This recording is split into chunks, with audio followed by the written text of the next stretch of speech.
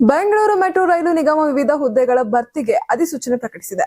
ಇನ್ನ ಉಪ ಪ್ರಧಾನ ವ್ಯವಸ್ಥಾಪಕ ಮತ್ತು ಸೂಪರ್ವೈಸರ್ 2 ಹುದ್ದೆಗಳಿಗೆ ಅರ್ಜಿ ಆಹ್ವಾನಿಸಲಾಗಿದ್ದು, ಉಪ ಪ್ರಧಾನ ವ್ಯವಸ್ಥಾಪಕ ಹುದ್ದೆಗೆ ಮಾಸಿಕ 1.5 ಲಕ್ಷ ವೇತನ ನಿಗದಿಯಾಗಿದ್ದು, ಸೂಪರ್ವೈಸರ್ ಹುದ್ದೆಗೆ 50 ರಿಂದ 62 ಸಾವಿರ ಸಂಬಳ ದೊರೆಯಲಿದೆ.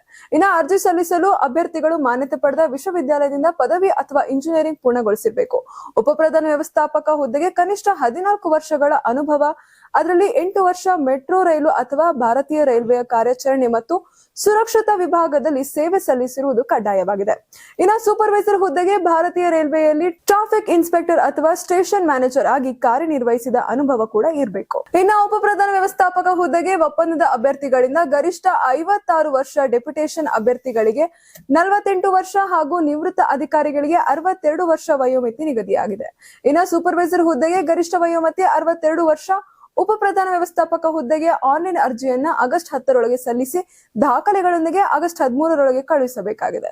ಇನ್ನು ಸೂಪರ್ವೈಸರ್ ಹುದ್ದೆಗೆ ಆನ್ಲೈನ್ ಅರ್ಜಿ ಸಲ್ಲಿಸಿದ ಬಳಿಕ ದಾಖಲೆಗಳನ್ನ ಜುಲೈ 31 ಸಂಜೆ 4 ಗಂಟೆ ಒಳಗೆ ತಲುಪಿಸಬೇಕಾಗಿದೆ. ಅರ್ಜಿ ಹಾಗೂ ಅಗತ್ಯ ದಾಖಲೆಗಳನ್ನ ಜನರಲ್ ಮ್ಯಾನೇಜರ್, ಬೆಂಗಳೂರು ಮೆಟ್ರೋ ರೈಲು ನಿಗಮ, ಶಾಂತಿನಗರ, ಬೆಂಗಳೂರು ಕಚೇರಿಯಲ್ಲಿ ಸಲ್ಲಿಸಬೇಕು.